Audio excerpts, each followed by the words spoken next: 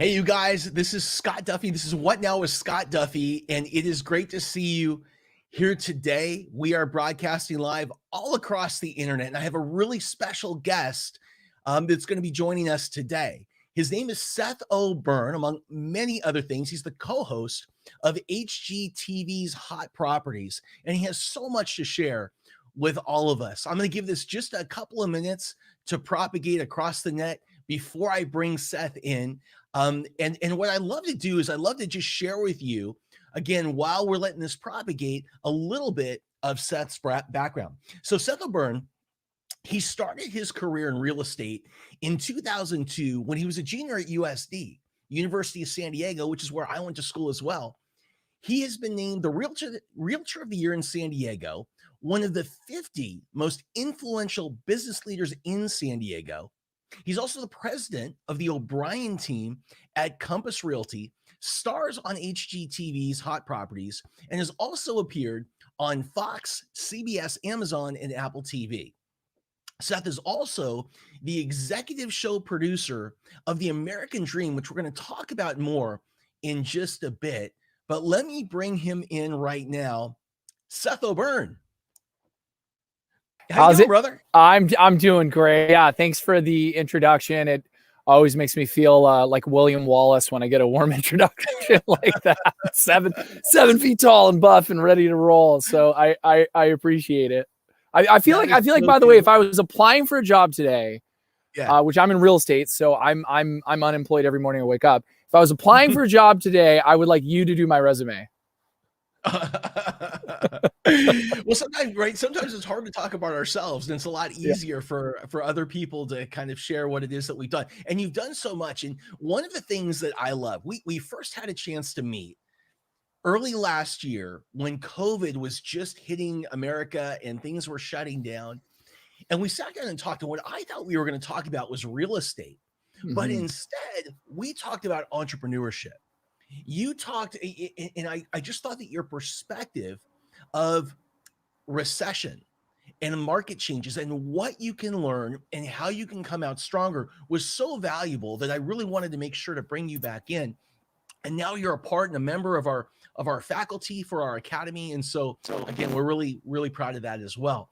So first question I have for you is this. You started your career in real estate when you were a junior at USD. How did you get started and why real estate? Well, so it's interesting. So when I went into college, I had, I love writing. I love creative writing. I love reading, but more than anything, I like creating. I love the written word. Yeah. And for a lot of my life, I really loved writing and literature. And so I was a lit mag nerd all through high school. Every time I would get a girlfriend, I would write like a very sad poem about them, which worked in high school. In college, it just freaks chicks out. So I had to stop doing that real quick.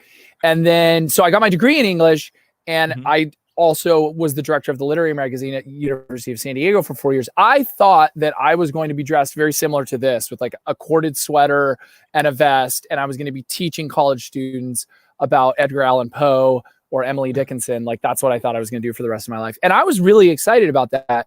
But at USD, I very quickly learned when I moved off campus to Mission Beach, which is where University of San Diego kids live.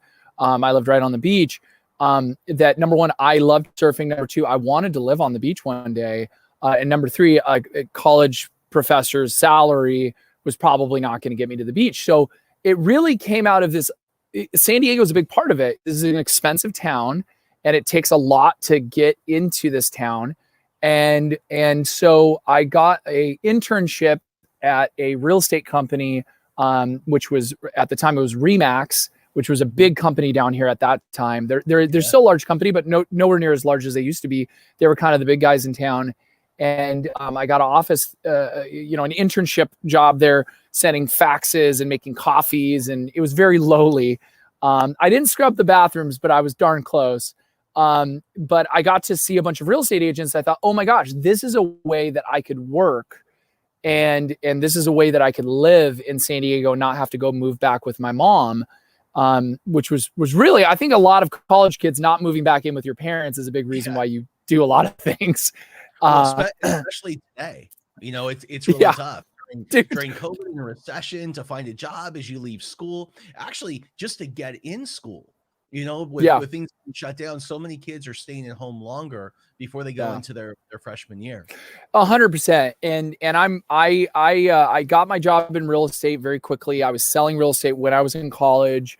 I very quickly realized that being in business satisfies a lot of that creative need that I have. I'm a person who has to do things that are creative, and that's a big part of our brand is creativity and art as a form of marketing. And so I got into real estate. I thought I was having fun. But I was really I started chasing income, and very quickly I got into real estate because I just wanted to make money. Yeah. Which is by the way, like why a lot of people do their jobs.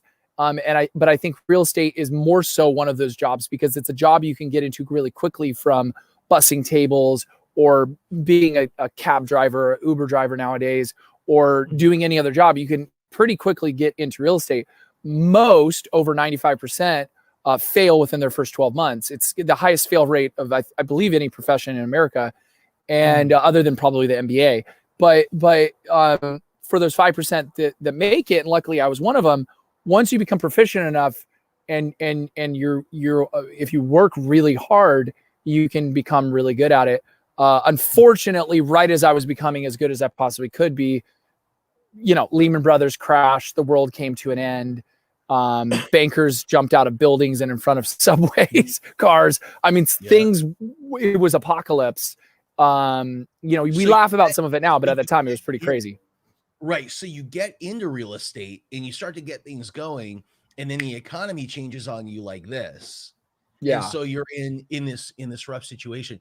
Just real quick before we talk about how you got through that situation and what you learned, I've always wondered how kids in college are able to start buying real estate. I want to talk about that because I want to ask you that question. Sure. I remember one time I asked a friend that, and we were actually at Staples Center, and I'm a huge Lakers fan, and Jerry Buss was still alive at the time, and Jerry Buss, the owner of the Lakers, and I remember the friend telling me the story about how Jerry got started, how he was in college, and instead of just trying to do it on his own, what he did is he put together a group of friends, and the friends all contributed a little bit of money every month that they pooled together, and they used that to purchase their first building. And they took money out of that building to purchase their second building. So they didn't do it alone. They did it as a group and as a team, which I thought was fascinating. How are you able to get started as a kid in real estate? Yeah, I mean, well, there's an important nuance I want to be, very honest about. I am very bullish on real estate investing, and this has been a big year for me doing a lot of real estate investing. And if you follow us on social media, I'm trying to share a lot of what my family's doing. My family, meaning my wife and I, to really make real estate investing a core focus of I say the back nine. I'm turning 40 now, so I'm I mean, do I have more than 40 years left? I hope I do, but I don't know. I had a pretty fun college life. 9, that scares me because I'm older than you are, so I hope we're not on the back 9 yet. Maybe we're on the back 12, but anyways, real estate investing is a big part of what I do now. But when I got in, I was not focused on investing as much. I was focusing really on sales. But ironically, I actually got involved with a few people that I sat next to in classes at USD. They were my very first people I sold real estate to. And there were two women. One was named Rachel. One was named Deanna, who are both of which are good friends of mine still and clients. And I helped them buy their first homes. And Deanna and Rachel probably have bought and sold maybe like 7 or 8 homes since then. Their first purchase was when they were 20 years old. They weren't even able to legally drink. And I mean, that's a big deal. And is think about how young that is. But I think there's really two things that are important that I think that most people miss. One is the buying real estate does not have to be overly cash intensive. That's a misunderstanding. Debt is your friend if you understand how to use debt. And the second thing is that buying real estate does not always have to be sexy. You can go buy really ugly things if you're willing to have an iron stomach to buy ugly things in neighborhoods you might not want to necessarily live in yourself. Mm. Because even as we sit here today, there's real estate in San Diego for a couple $100,000 that you could purchase. It's not sexy. It may barely cash flow, but that piece of real estate will never, in the long term, ever be worth less. That's the most interesting thing about real estate. You know, even the mighty General Electric could someday be worth nothing. Companies fold. Companies that have been around for hundreds of years fold. It happens.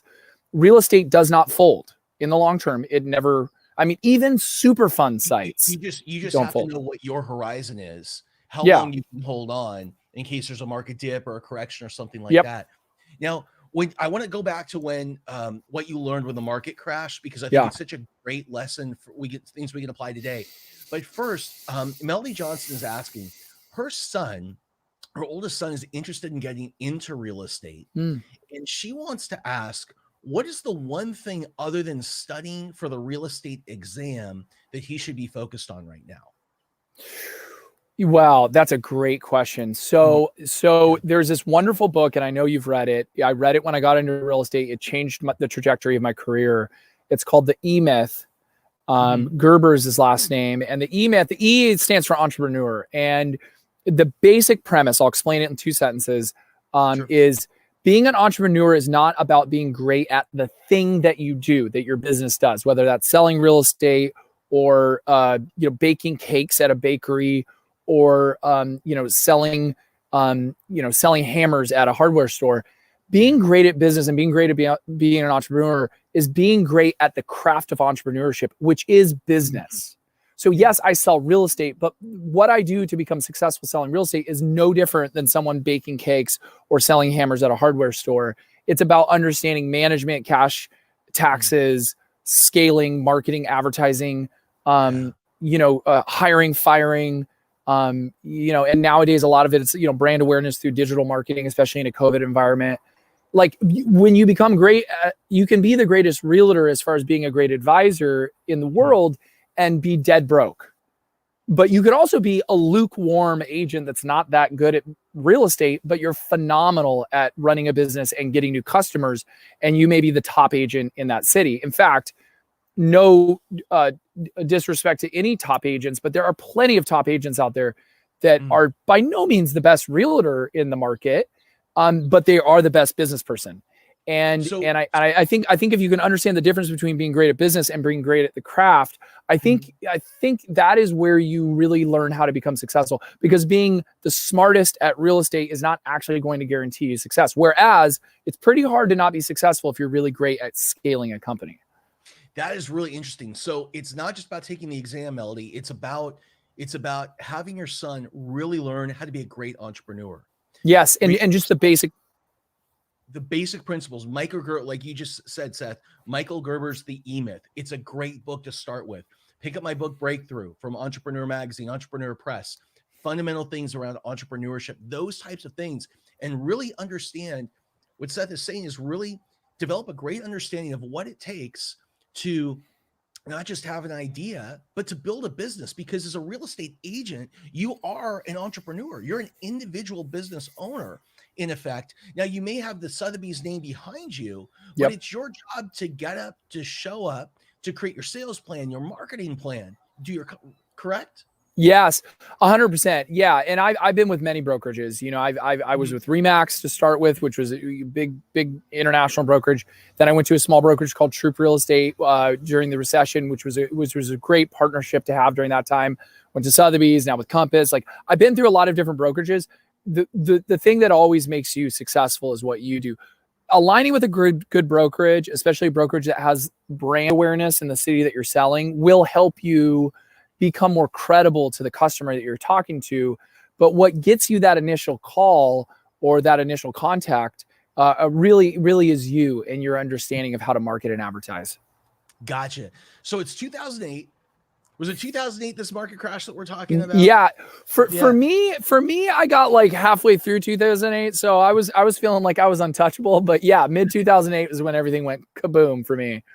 So when things went kaboom, what in the market crash? So we were talking about a market crash earlier. Were we talking about earlier in your career that you got into real estate and the market crashed and people were jumping out of buildings and things like that? Are we fast forwarding to 2008 when did you first feel the effect of a crash or a dip in real estate? Yeah. So I felt it in mid 2008 for sure. In fact, I ironically, right around when I bought that beach house in Mission Beach, I bought a beach house right off the boardwalk, and I was very excited. I was single at the time, so I had a cool house to show off and a brand new Mercedes, and I thought I was the coolest guy ever. Right around when I bought that, basically $1 million home at, in my 20s, then the market crashed. And so '08 was when I felt it the most. And boy, I tell you, this was a recession unlike many, in that when it came, there was no warning for a lot of us down on Main Street. When it came so fast and so hard. And I think one of the things I learned from that, in addition to everything I've learned from that, but one of the things that I've learned from that I thought about a lot with COVID was, when the market shifts, you don't wait and see if it's going to get worse. You cut employees, you cut expenses, you move nimble and quick, because you can always rehire, but you can never make new money when the market goes down. And if you can't conserve cash quickly, you will be one of the ones that get pushed out of the market. You cannot wait. You can't. That is such incredible counsel, Seth, because I think what most entrepreneurs do when there's a shift, either in the economy or something maybe happens in their industry, is they tend to get on their heels and they wait and they hope. They hope things are going to change. And so what they do, this is what they do. Yeah. And so instead of making the big cuts, they make incremental cuts. They'll wait to make their first, and then they might fire 1, 2, or let 3 people go. But here's the thing. If you're in an industry or you're in a market where things have changed drastically and the circumstances in your business are different, I guarantee you everybody in that company knows what's coming. And so what's happening is, if you make incremental cuts and it just makes sense to them, you're going to have to let more people go. They spend all day, every day working on their resumes and updating their LinkedIn profiles. They're not doing anything for you. So cut once, cut super deep, right? And you can always hire back down the road. Scott, you hit the nail on the head. And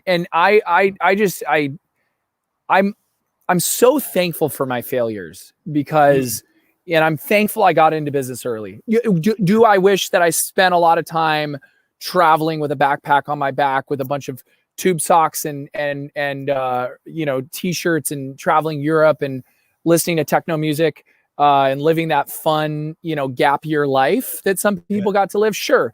But getting into business in a really big way at 20 years old and never letting up on the gas pedal, it gave me the ability to fail before a lot of my peers, which gave me the ability to rebuild before a lot of my peers, which put me probably 4 to 5 years ahead of where I would have been. And so again, I think that everyone has their different journey, but I love that I got to fail really, really, really hard, because what I learned then made me absolutely precise when this last COVID deal hit. When COVID hit almost exactly a year ago, I let 2 employees go immediately, and I cut my expenses. I was able to reduce my expenses by 35% in less than 10 days.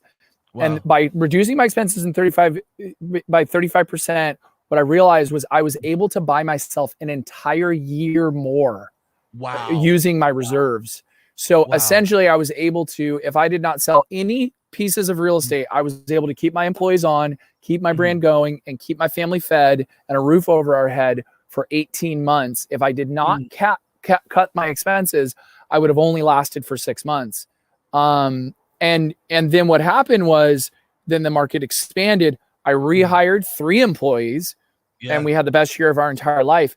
But that capital I was able to save, though it was going to turn into my lifeline, it ended up turning into that extra juice I needed to turn my year into my best year ever. So, I mean, and by the way, always cut expenses. That's the other crazy thing, is we love expenses when we're doing well. And, when the woman who had made that great comment asking about her son, he'll experience this if he gets into business, and I'm sure he'll be one of the very successful ones as he does better and better and better. You start tacking on more stuff you don't need, and that slowly eats away at your income. And you have to remember, real estate is a great job, but it is a job. Even if you run it like a business, it still is a job. You have to turn your income into assets, and which means if you don't need an expense, don't have it. Don't take expenses you don't need, because you have to start squirreling away that money into building your assets. That's the only way you'll eventually retire. Now, I know in their 20s, you never think about retirement. I didn't think about retirement, but now that I'm losing some of the hair on top of my head, dude, I think about it every day. My back hurts when I wake up. So like every day I wake up and I go, oh, my back, I need assets. I need assets. Like, you know what I mean? Every time I reach for the Advil bottle, I go assets. And you're 20. Yeah. Letting people go is a really touchy subject. It's a touchy subject for people that have been let go and they're upset by that. It's a hard thing to do when you're a business owner. In 2008, I had to let 40 or 50 people go from my company. I remember it was like one of the worst experiences I've ever had. I felt terribly guilty. I felt really I didn't even know what the word is. I don't know if the word is shame. I felt embarrassed that I was going to have to do that. There were all these things that were going through my head. But what I realized later on, and it was because somebody came back to me and made this point who was let go. They were let go early. And we made the mistake of the incremental thing versus just cutting one and cutting deep. Is they said, because I was let go early, I had clarity. And sometimes clarity is power. Just knowing where you stand is power. She said I had clarity and I was actually able to move on. If you had kept me around, I would have dragged my feet. I would have missed opportunity. She was able to get on unemployment and things like that. You're not helping somebody. You're not helping somebody by keeping them on longer than you can afford to. Yeah. And you're not helping yourself, because you're not helping yourself in any way in your business if you do that. So, I guess my personal experience is I understand how difficult it can be, but I also understand how important it is. And the people who thrive like yourself during those times, they learn that when stuff happens, they get on their toes and not their heels. I remember having the opportunity to see Jack Welch. And Jack Welch, who was the iconic CEO of General Electric, sure, he was asked, what is the number one, if you could just give the number one piece of advice you would ever give to an entrepreneur? And his answer was panic faster.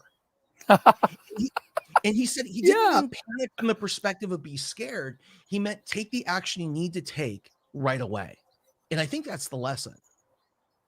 God, that's brilliant. So coming out of 2008, what was your next move between that kind of led you to where you are today, 2008 to 21? Yeah. What is it that you did that helped you to become the number one realtor in San Diego?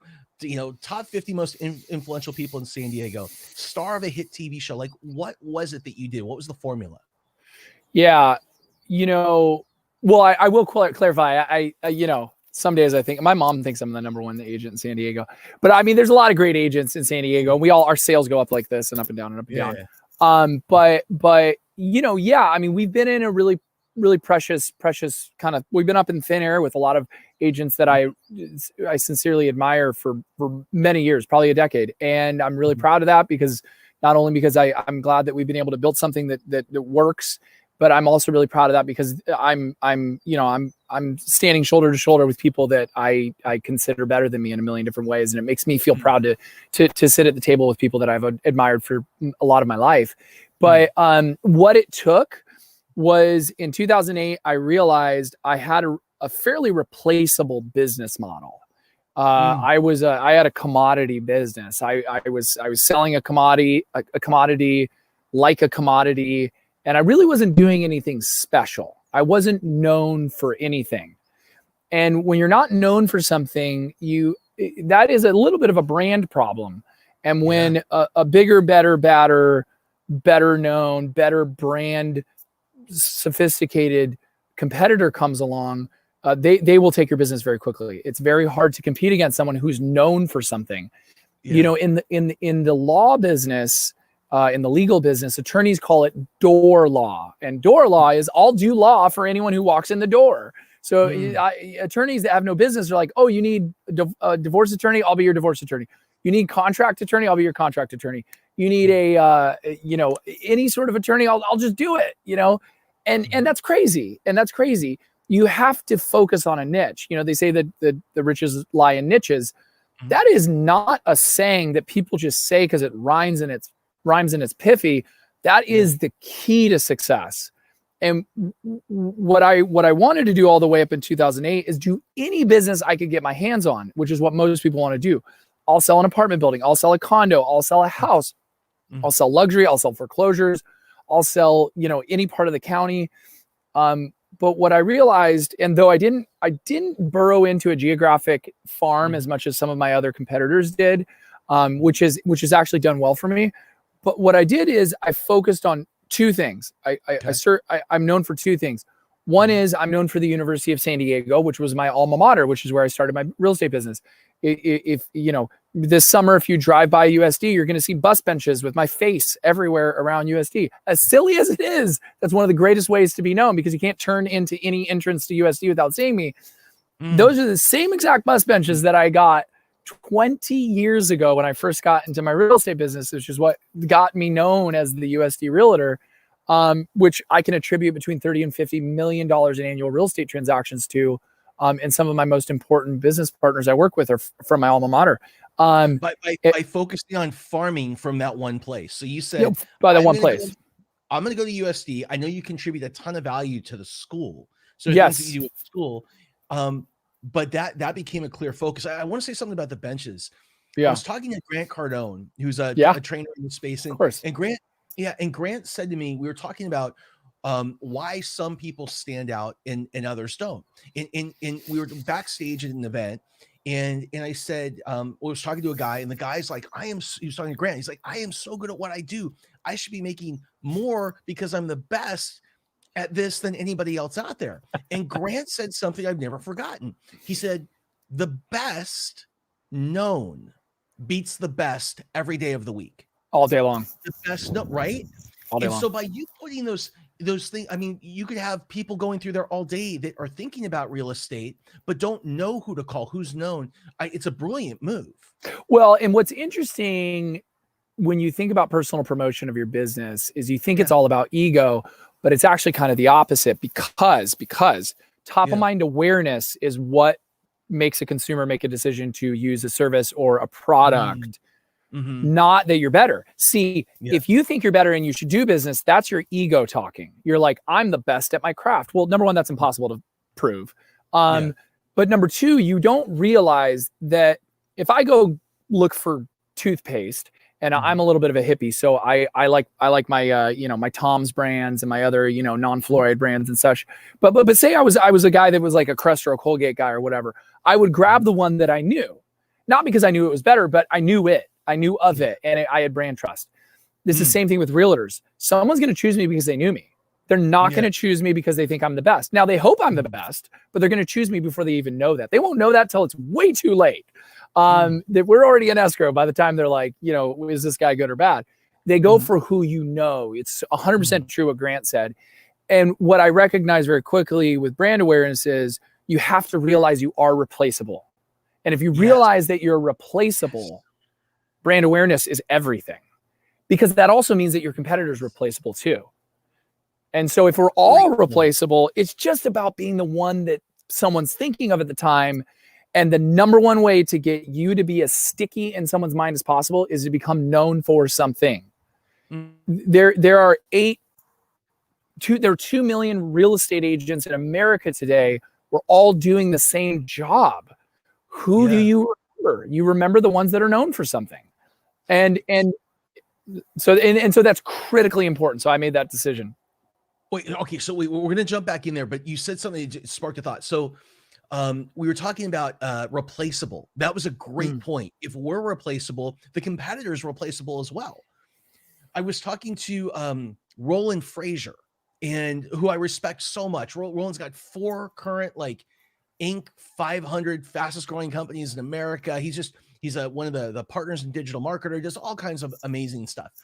So I was talking to Roland Frazier, and one of the things that we were talking about is, and this is pre-COVID, a friend of mine had just cashed out of a company, and decided he'd vested over 4 years. He'd taken some money out, and he called me and he said, I'm going to take the next year off. And he was like 45. He said, I'm going to travel. I'm going to refresh myself. I'm going to come back and I'll plug back in. I said, no, you won't. I said, no, you won't. How many friends do I know that have done that? Either they've lost a job, they've changed industries, they've cashed out and they've gone away. They come back and they find out that getting back in is really tough. And so I was talking to Roland about this. And what he said is, he said, the moment you stop contributing value to your network, you get replaced. Yeah. The moment you stop contributing value to your network, you get replaced.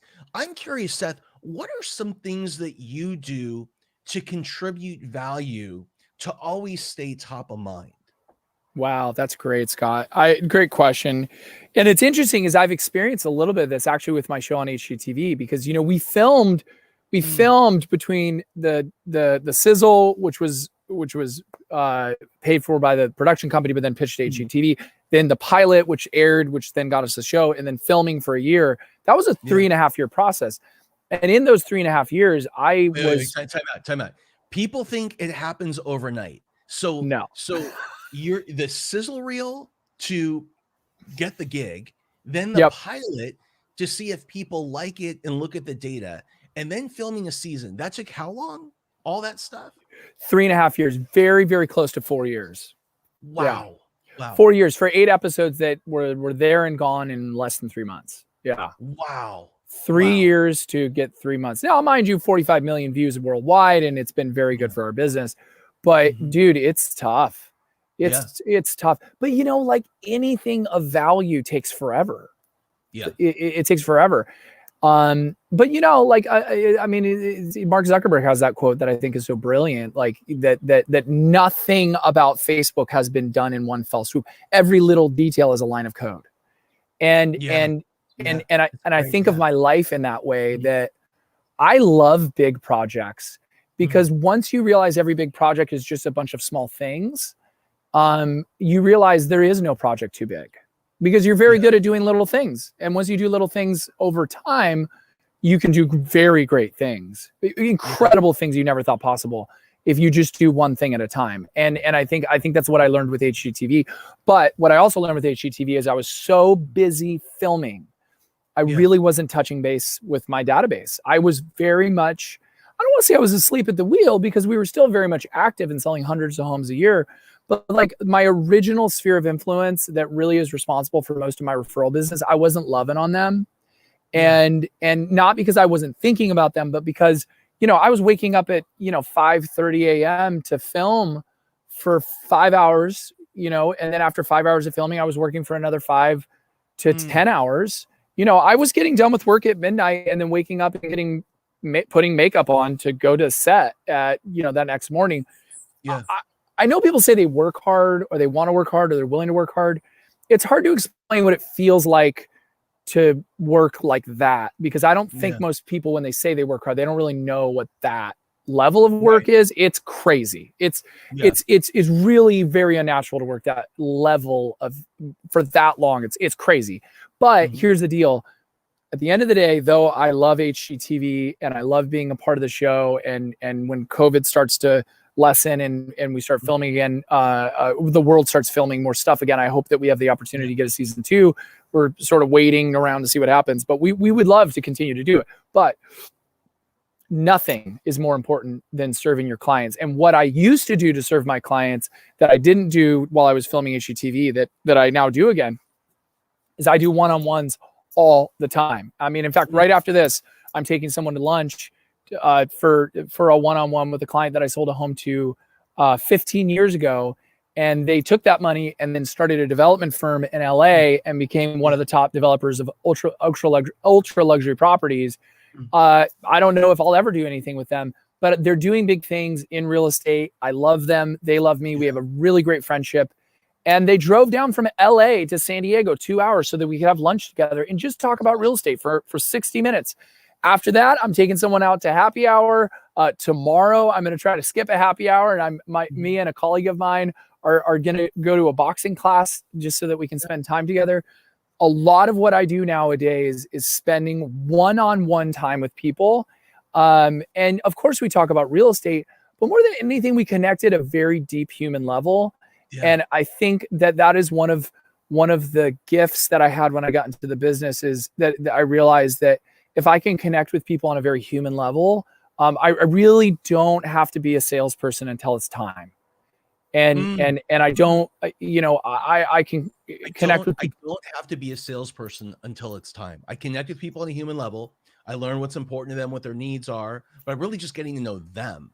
And I don't need to sell until it's time. And It's so true. It's so true. I think when people go into sales, they think they have to be cheesy about it 24/7 and I'm never too busy for your referrals, and blowing people up and asking for referrals left and right. It works. It's just not my vibe. And listen, $100 to $130 million a year sales business with $1 billion in sales, like, dude, I'm proof positive. You can build a very successful business being you, and going to golf and working out with your friends and going on vacations and never missing birthday parties and hanging out with your friends' kids. You can just be a genuine good person and love on people at a deep human level and not make it all about business, and do a tremendous amount of business.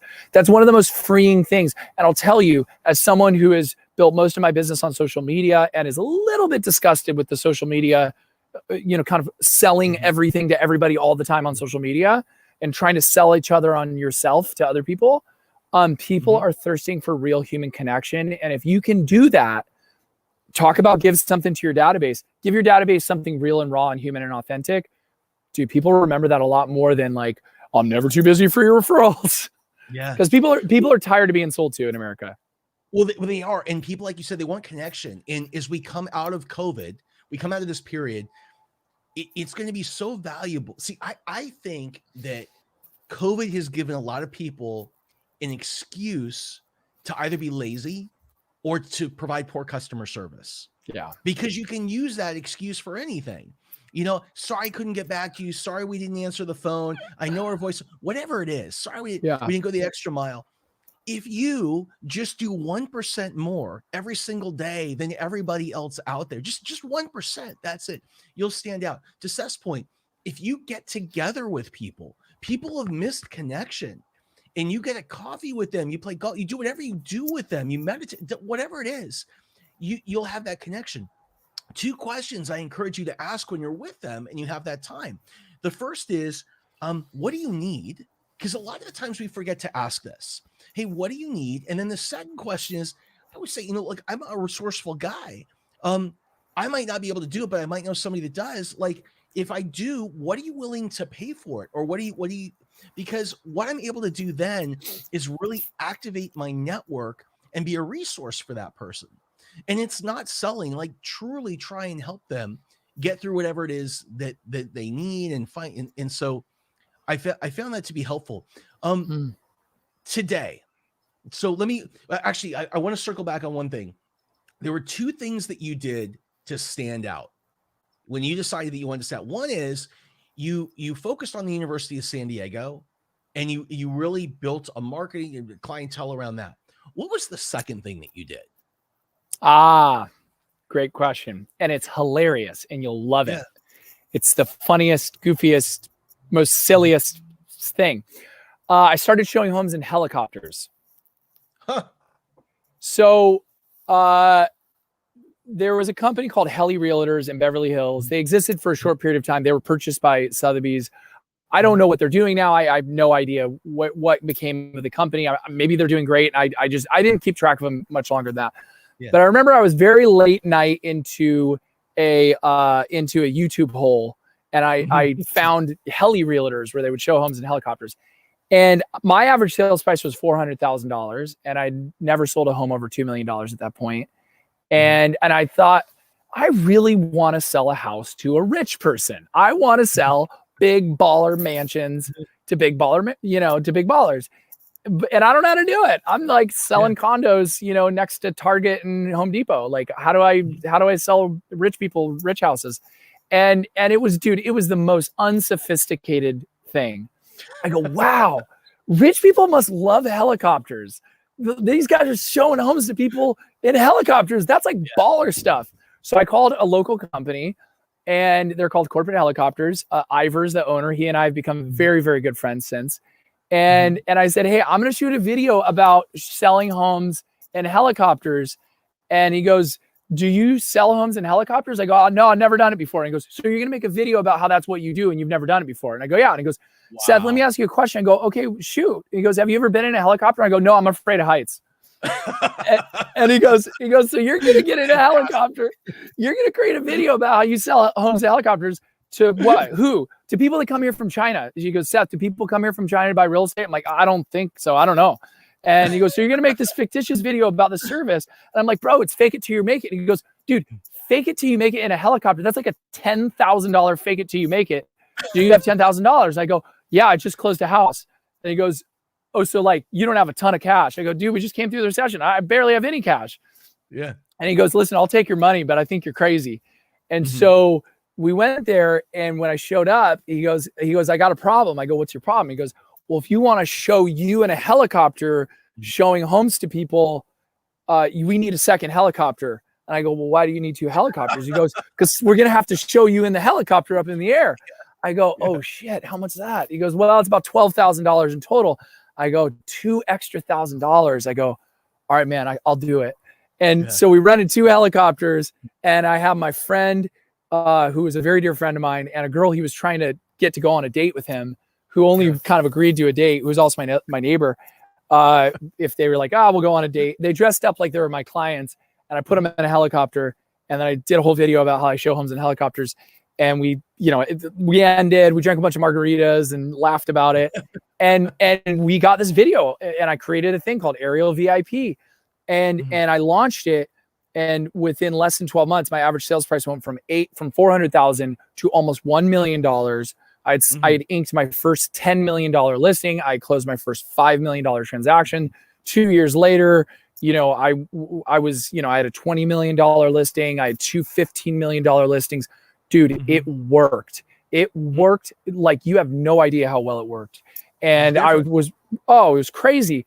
And what was interesting about it was fake it till you make it, but very quickly I started getting all this business. Now, what's really funny is 10 years later, now looking back, I never showed a home in a helicopter, but I did actually take people up in helicopters after they closed on a house. I would take them up, and my photographer would take aerial photos of their home, and it was a fun treat. And I actually do a lot of work with helicopters still to this day. But dude, bro, you can't land in the back of a house in a helicopter. It's illegal. I never even knew that. Didn't matter. I was just like, whatever, I'm gonna show homes in helicopters. And dude, CNN, I was written up in CNN. I was written up in Fox News. I was, I got a story in Wall Street Journal. I was interviewed by the news. No one really paid attention to the fact that you can't land helicopters in the back of houses, including myself. And Ivor and I took a helicopter with my wife to go wine tasting in Temecula about a month and a half ago. And Ivor and I were laughing so hard on the way. And he's like, Seth, you were like 31 years old going, hey, dude, can I take a helicopter? And I was wearing a suit that still had the strings in the back because like I forgot to take the strings out, and this horrible tie that I since had thrown right in the trash. And I didn't know what the hell I was doing, but dude, it worked. And it worked because I knew one thing for certain. If I created a story big enough that people would pay attention, I would get interest and awareness. And if I could tell a story that was memorable enough, I would gain long-term brand equity. And not only did it work, I sit here today because it worked, and it worked better than you even know. But I was willing to do something silly and almost a little foolish and financially somewhat reckless at the time, because I had very, very little money to my name at that time because I'd just come out of the recession. And it worked. And it worked well. It worked incredible. I've spoken on stage all over America about this silly little day that I did this thing. And I hope that's a lesson to young entrepreneurs. Do something stupidly memorable and it'll work. Oh, that's And funny. it does. And if I could show homes in submarines, I would, but they don't make them underwater. And at least yet. Elon Musk may be doing that soon. Who knows? Well, you'd have to rent 2 submarines because they'd have to shoot Yes. you in one of the Ah, submarines. That's the way it would ah, work.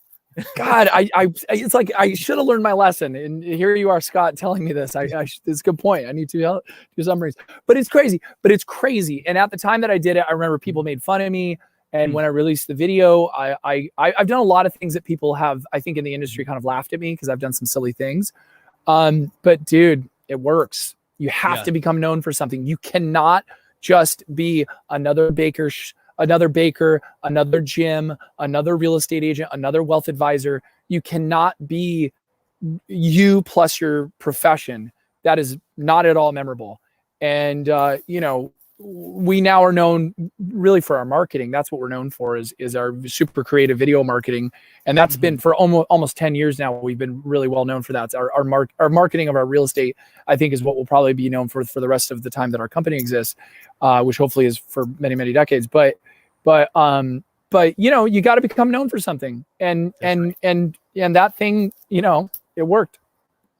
And for when you are trying to, if you're out there trying to think about what should I become known for and like how do I do it, maybe a place to start is to ask your customer ask the people what's most important to you, what has to happen, how do you know you're getting what you want, learn what their needs are, and then after you've learned what their needs are, think about what the fun spin on is, how you're gonna actually solve that one problem for them.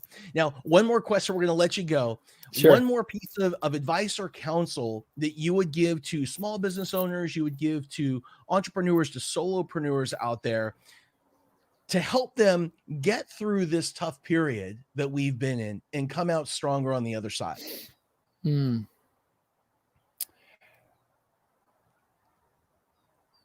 It's a great question. I think one thing that I did this year, which was the first time I've ever done this, is that Wayne Gretzky, I go to where the puck is going. Yeah. You are never too small of a business to not anticipate where you believe the market's going to be and change your business to be a more appropriate company for where the business will be. And what, in a very tactile, very, very concrete way, I'll explain. We dove headfirst into digital at the beginning of this year. And we said, we are the company that can sell your house without showings. When everyone was scared of COVID, like most people are still obviously concerned about COVID, but we didn't know a lot of what we know about COVID and, the virality, how long it lasted on surfaces, things like that. We just didn't have information. And we said, we're going to show homes completely virtually. We're going to sell them completely virtually. We're going to do 3D Matterport virtual tour scans. We're going to do video marketing. We're going to do virtual open houses. We only had to use that for about a month or two. Then people started recognizing that it wasn't quite as easy to get it as you realized. It didn't linger on countertops for 24 hours and such. So people said, okay, it's probably safe to at least view these homes.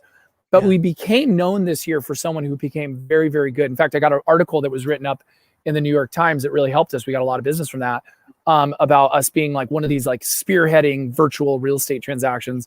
And that is a big part of why we did as much business as we did last year, was we became known for someone who's really appropriate at that time and had skill sets. As we look into the future, one of the things that I did about 6 months ago is said, people are going to be sick of social media. They're going to be sick of being at home. People are going to want to have coffee. They're going to want to have beers. They're going to want to get face to face again. And I about 6 months ago said, hey, in a safe way, I'm going to start getting in front of people, because I think my new competitive edge is going to be real human interaction again. And I think people want that really bad. So I think whatever your business is, whoever's watching or listening to this, look at what's going on now and do a thought experiment over a cup of coffee, turn your cell phone off and go, here's where the market is. Look back a year and go, here's what happened in the last 12 months. And then go, just do this. Most people don't do this. Okay, if this is what happened in the last 12 months, if this trend continues, where might we be in another 12? Yeah. And then when you make that next decision of where you think you might be, think about ways you can alter your business to become better for the customer.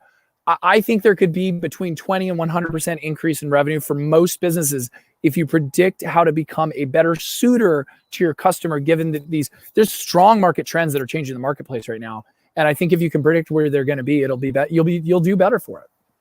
And promote yourself as the people that the company that is the leader at that. Even if everyone else is doing it and it seems like it's really obvious. You got a New York Times article, right, that really helped the business because people were doing virtual, but you planted a flag and said we're the best at it. You marketed, you became the person. So we have gone so over time. Yeah, no worries. We started with tech problems before we did this and everything. Seth, I really appreciate it, and I appreciate you. How can people find you, Seth? Our Instagram is probably our best way. We put most of our finest content on there. It's Seth_O'Byrne, OBYRNE. That would be the best way to find us, and that's a fun way to interact.